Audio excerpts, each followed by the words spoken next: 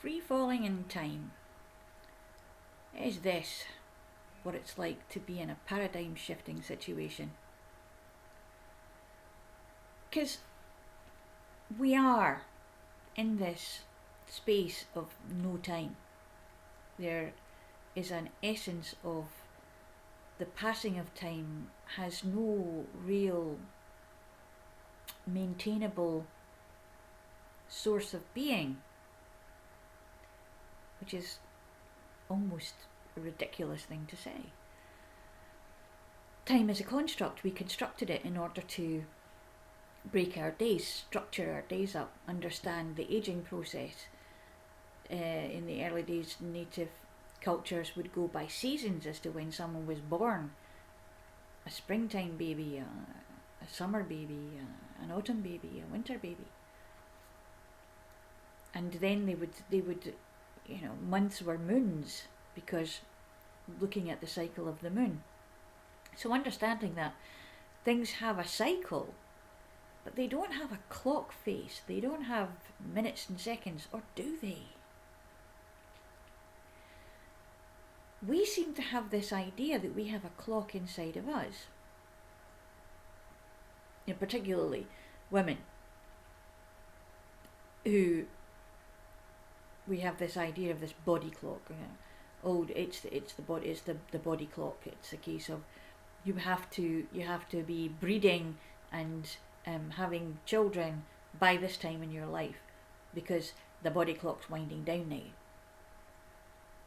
And that almost is pushing upon a person this idea that they have to rush in order to be in time, on time for this momentous occasion, which perhaps they don't want to do.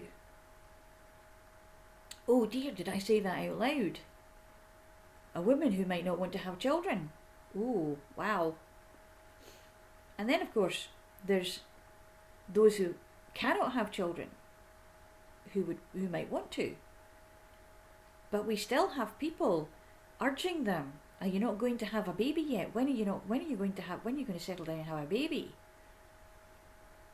Men don't tend to get that still. There's no real time solid way of a man not being able to produce his end of the deal, of the concoction that makes the whole thing take place. And I'm not skirting around the whole thing, it's easier to say it that way. We know what we're talking about. There are so many things in life that we forget that the world stops for us. Moments when we have, there are very few people that I know, because of the circles in which I've been, don't know what stopping the world means. But it's that moment in time, if you think about it, there's a kind of catalepsy that happens, and that is when you freeze and you take a break. And your brain's gone into kind of overdrive, and you're noticing perhaps there's been something on television, or someone has said something at the dinner table, or wherever it is that you're eating your dinner, and you've stopped. And it could be that your fork is halfway to your mouth before you realise that your whole brain, your whole mind, everything, your unconscious, your universal, your conscious mind is there paying attention to that one thing, because it's struck a chord. Or at some point somebody said you have to pay attention to this. Don't know why you have to pay attention to it, but you do. Or you've got your hand on the remote control, you're just about to turn the television over, when suddenly something happens and you stop. That is just a moment in time that becomes frozen. It becomes absolutely stopped and still. The clock on the wall keeps ticking away, but everything for you, the person who's going through this, the world has stopped, because you are in a space where anything can happen still. Now, it's absolutely true, or at least it has been for me, that things slow down when something is about to happen that's really possibly going to change your life or end it. Having been there a few times myself. It's like you're watching it from a distance. You know it's happening, but there doesn't seem to be anything that you can do to stop it, possibly because you're not meant to stop it. But also there's a deep sense of calm, for me anyway, that kind of spreads across, and it becomes this very emotionless situation.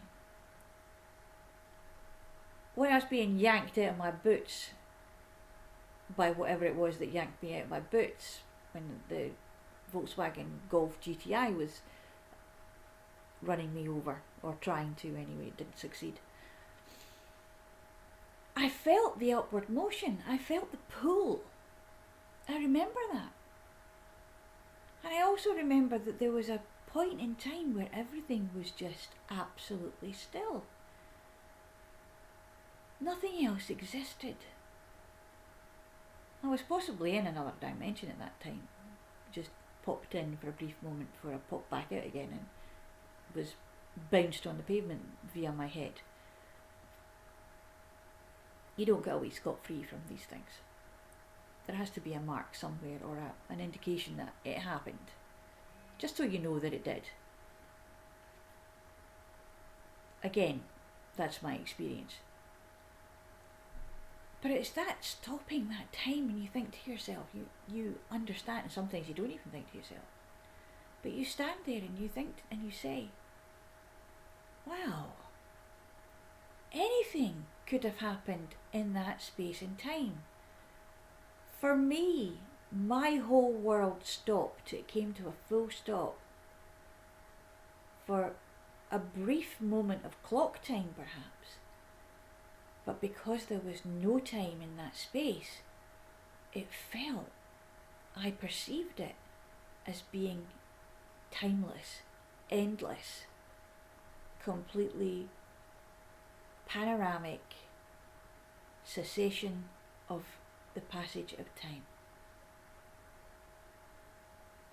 Then of course it gathers speed very, very quickly, and suddenly, boom, you're back in the room or on the road, trying to figure out if your legs are still working the right way.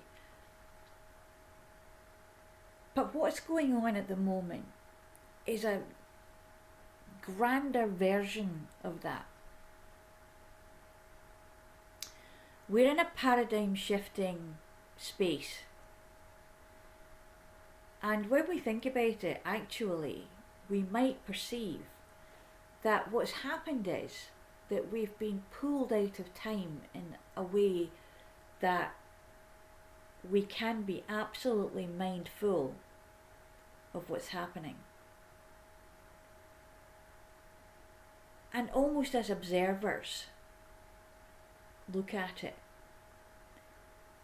And actually we can, because we can make our minds work in this space.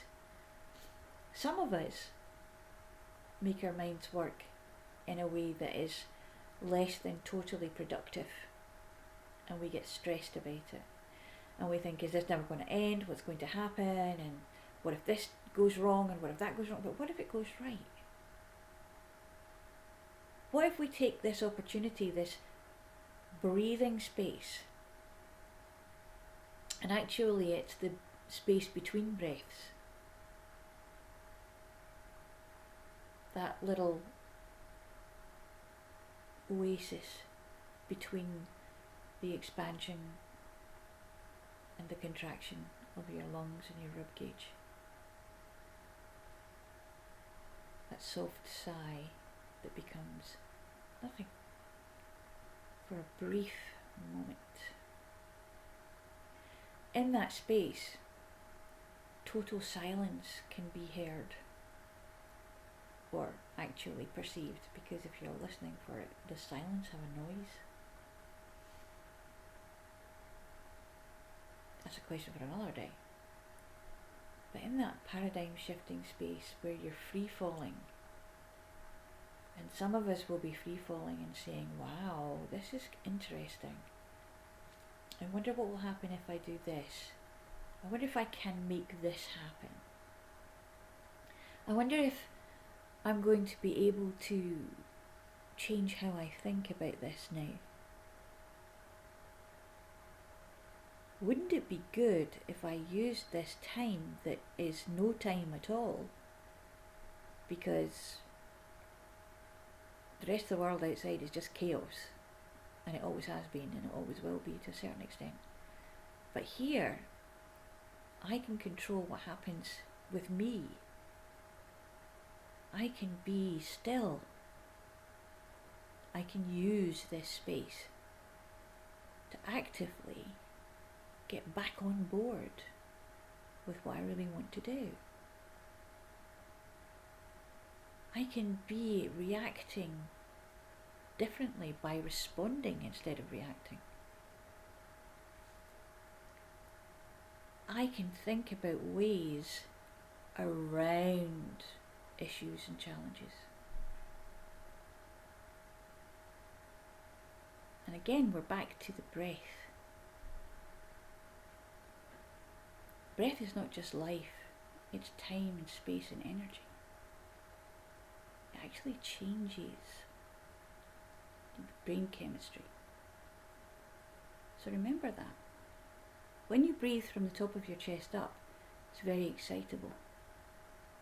And you're likely to just exacerbate any feelings of tension and anxiety. And sometimes you know you've been holding your breath only when you let it go. You don't notice that you've been tense until you relax. And that can be a bit of a revelation.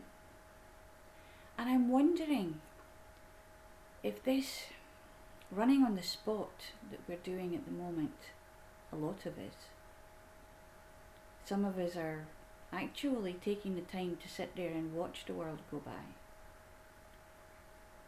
And we are just in as much of the problems of what's going to happen about the bills, what's going to happen about this, what's going to happen about that. How are we going to connect with family, who's ill, who's not ill? It's still going on. Nothing changes in that department. Everybody's got the same issues and challenges as everybody else in the community, in different ways and in different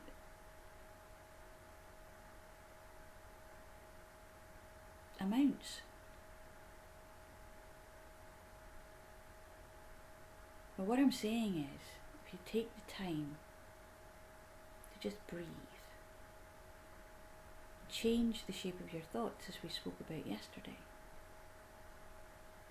and understand that by changing your perspective just a little bit, not a great vast complete volte-face, just one thing, maybe turn it around and say, if I look at it this way instead, what might that look like? And allow yourself to go there.